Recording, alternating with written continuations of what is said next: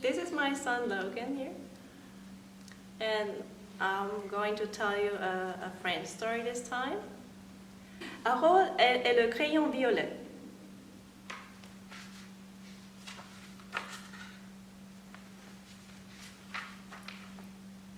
From Crockett Johnson, de Crockett Johnson. Un soir, après y avoir bien réfléchi, Harold décida d'aller faire une promenade au clair de lune.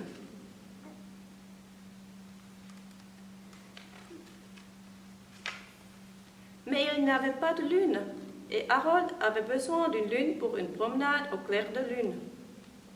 Et il avait besoin de chemin pour marcher dessus.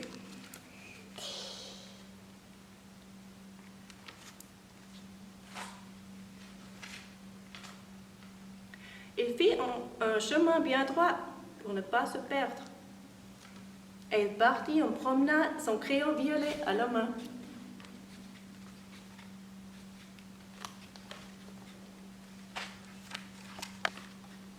Mais ce long chemin bien droit ne conduisait nulle part. Alors il quitta le chemin par un petit raccourci à travers champs, et la lune le suivit.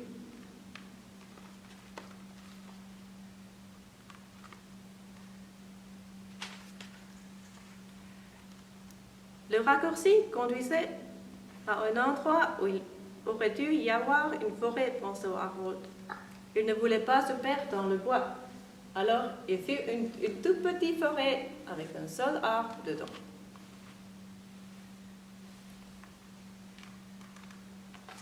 What's this? It's a tree. He's drawing a tree. L'arbre se révéla être une pommier. Les pommiers seront délicieuses, pensa Harold, quand elles seront mûres.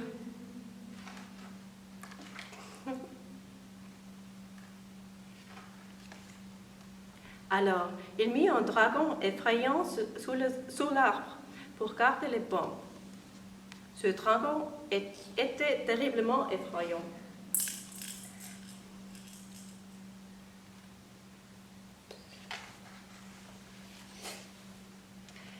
Il effraya même Harold qui recula. Sa main qui tenait le crayon violet trembla.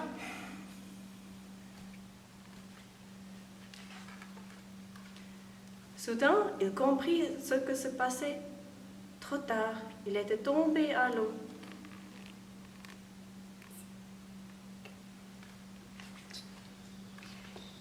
Il réfléchit à toute vitesse et en clin d'œil, il grimpa sur une jolie petite barque.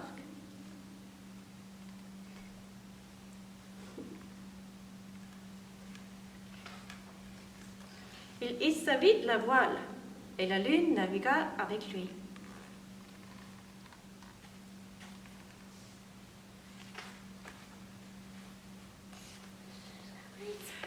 Quand il eut assez navigué, Harold fit un rivage sans problème. Il accosta sur une plage, se demandant où il se trouvait.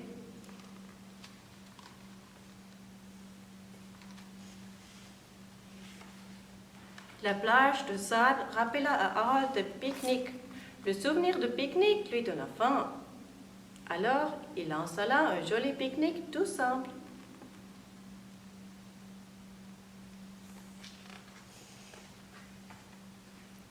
Il n'y avait rien que des gâteaux, mais il y avait les 9 sortes de gâteaux que Harold préférait.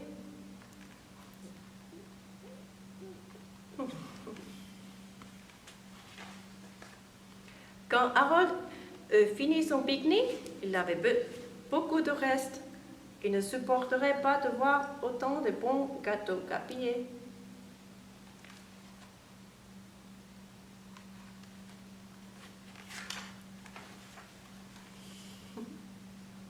Alors Harold laissa les restes à un cerf affamé et un brave porc-épic.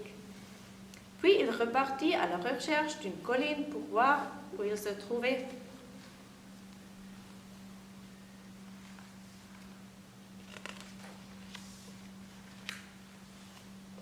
Harold savait que plus il irait haut, plus il pourrait voir loin. Alors il changea la colline aux montagnes. Il montait assez haut, pensait-il. Il pourrait peut-être voir la fenêtre de sa chambre. Il était fatigué et sentait qu'il serait mieux au lit. Il espérait voir la fenêtre de sa chambre du haut de la montagne.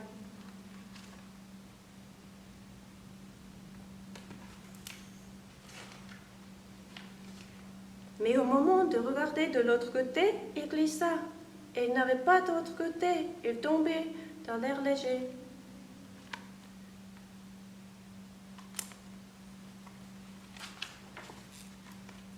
Mais heureusement, il avait encore ses bonnes idées et son crayon violet.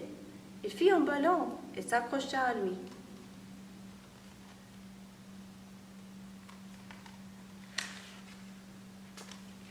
Puis il fit un panier sur le ballon, assez grand pour tenir dedans. Il avait une belle vue depuis le ballon, mais il ne voyait pas sa fenêtre. Il ne voyait même pas de maison.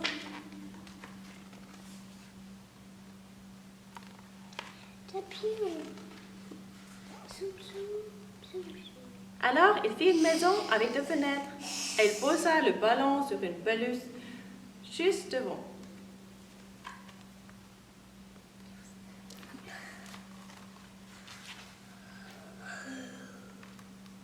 Aucune des fenêtres sera sa fenêtre.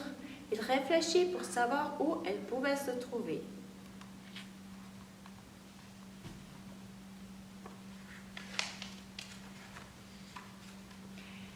Il fit d'autres fenêtres. Il fit un grand immeuble rempli de fenêtres.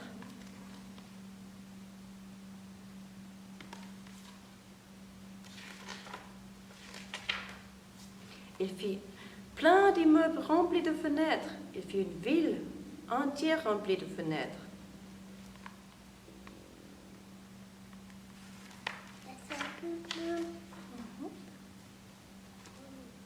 Mais aucune de ces fenêtres n'était sa fenêtre. Il n'avait aucune idée de là où il se trouvait.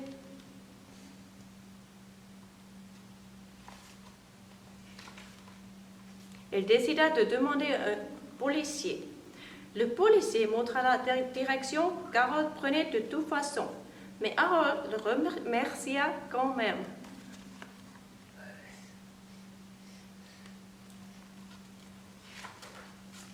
Et il continua à marcher avec la lune, rêvant de sa chambre et de son lit. Lorsque tout à coup, Harold se rappela quelque chose.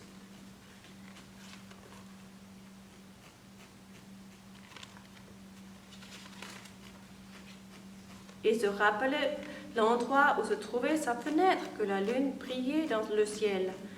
Sa fenêtre se trouvait exactement autour de la lune.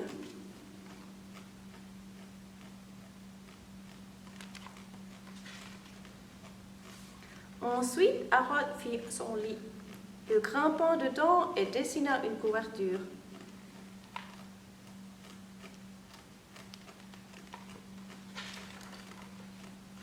Le crayon violet tomba par terre.